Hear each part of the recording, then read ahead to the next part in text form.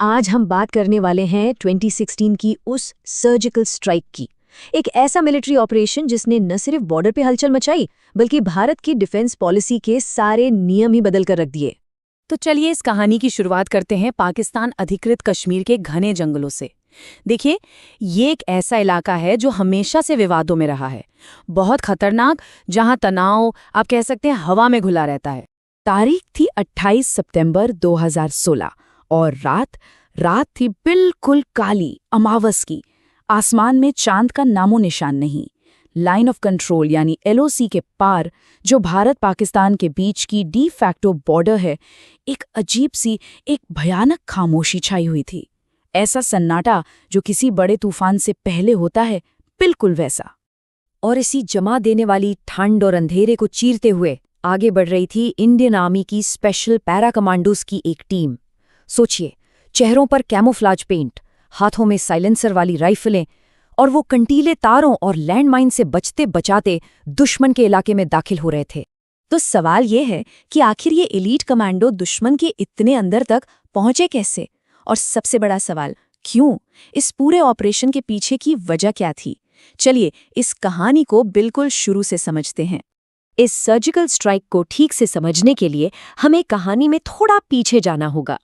ठीक 10 दिन पहले एक ऐसी घटना हुई जिसने इस पूरे ऑपरेशन की जमीन तैयार की।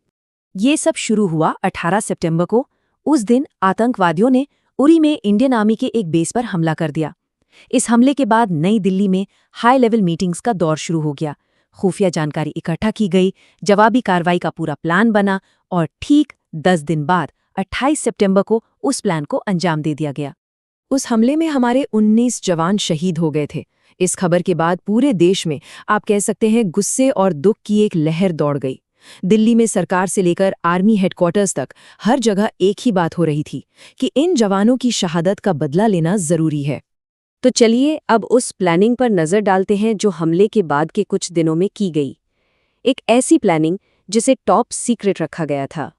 देखिए, दुश्मन को और उनके आकाओं को ये पक्का यकीन था, एक तरह का घमंड था कि इंडियन आर्मी कभी भी लाइन ऑफ कंट्रोल यानी LOC पार करने की हिम्मत नहीं करेगी।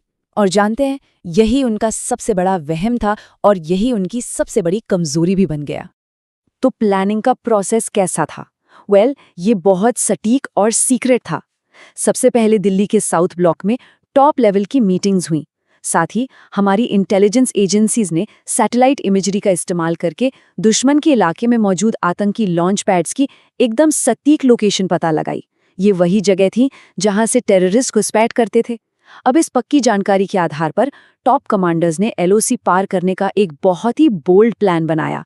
इस मिशन के लिए आर्मी की सबसे तगड़ी, सबसे एलीट कमांडो यूनिट्स को चुना गया और फिर कई दिनों तक गुपचुप तरीके से इस मिशन की जबरदस्त रिहर्सल हुई ताकि एक्शन के वक्त गलती की कोई भी गुंजाइश न बचे। तो इस मिशन का जिम्मा किसे मिला? इंडियन आर्मी के सबसे खतरनाक कमांडोज को, 4 पैरा और 9 पैरा स्पेशल फोर्सेस। ये वो यूनिट्स हैं जो अपने सीक्रेट ऑपरेशंस और बेजोड़ स्किल्स के लिए जानी जाती हैं। चलिए अब वापस चलते हैं 28 सितंबर की उस रात पर जब इस पूरे प्लान को एक्शन में लाया गया। 28 सितंबर की आधी रात हमारे कमांडोज ने LOC पार करना शुरू किया। कुछ टीम्स हेलीकॉप्टर से गईं तो कुछ पैदल रास्तों से, बिल्कुल खामोशी से दुश्मन की पेट्रोलिंग पार्टीज और चौकियों से बचते हुए वो कई किलोमीटर अंदर तक चले गए। इस ऑपरेशन का टारगेट एकदम क्लियर था। निशाना थे आतंकी लॉन्च पैड्स, घुसपैठ के लिए तैयार बैठे टेररिस्ट, उनके हैंडलर्स और उनका पूरा सपोर्ट सिस्टम। ये हमला सिर्फ और सिर्फ आतंकवादियों के खिलाफ था। जैसे ही कमांडोज अपने टारगेट के पास पहुंचे, उन्होंने एक साथ चारों तरफ से हमला बोल दिया। रॉकेट लॉन्चर्स, ग्रेनेड्स और साइलेंसर लगी राइफलों से इतनी जबरदस्त फायरिंग हुई कि दुश्मन को संभलने का मौका ही नहीं मिला। नतीजा, कई लॉन्च पैड्स पूरी तरह तबाह हो गए और दर्जनों आतंकी ढेर कर दिए गए। और जानते हैं इस पूरे ऑपरेशन की सबसे बड़ी कामयाबी क्या थी? दुश्मन को इतना बड़ा नुकसान पहुंचाने के बाद भी हमारा एक भी कमांडो जख्मी तक नहीं हुआ। सूरज उगने से पहले सभी जवान सुरक्षित अपने बेस पर लौट आए। तो ये ऑपरेशन सिर्फ एक मिलिट्री विक्ट्री नहीं थी, इसका असर बहुत गहरा था। चलिए अब इसके स्ट्रेटेजिक इम्पैक्ट और इसके बाद क्या हुआ उस पर बात करते हैं। देखिए, ये सर्जिकल स्ट्राइक सिर्फ एक बदला नहीं था, ये भारत की जो सालों पुरानी स्ट्रेटेजिक पेशेंस की पॉलिसी थी ना, उससे एक बहुत बड़ा शिफ्ट था। पहले भारत ऐसे हमलों का जवाब सीधे बॉर्डर पार जाकर नहीं देता था, पर इस ऑपरेशन ने दुनिया को और खासकर भारत के दुश्मनों को एक बिल्कुल साफ मैसेज दे दिया कि अब भारत खतरों को खत्म करने के लिए उनके घर में घुसकर भी मारेगा।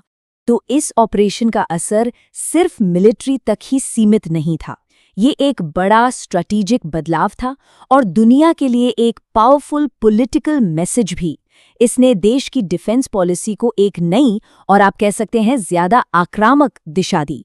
तो आखिर में एक सवाल सोचना जरूरी है कि कैसे सिर्फ एक मिलिट्री ऑपरेशन किसी देश के लिए जंग के सारे नियम हमेशा के लिए बदल सकता है।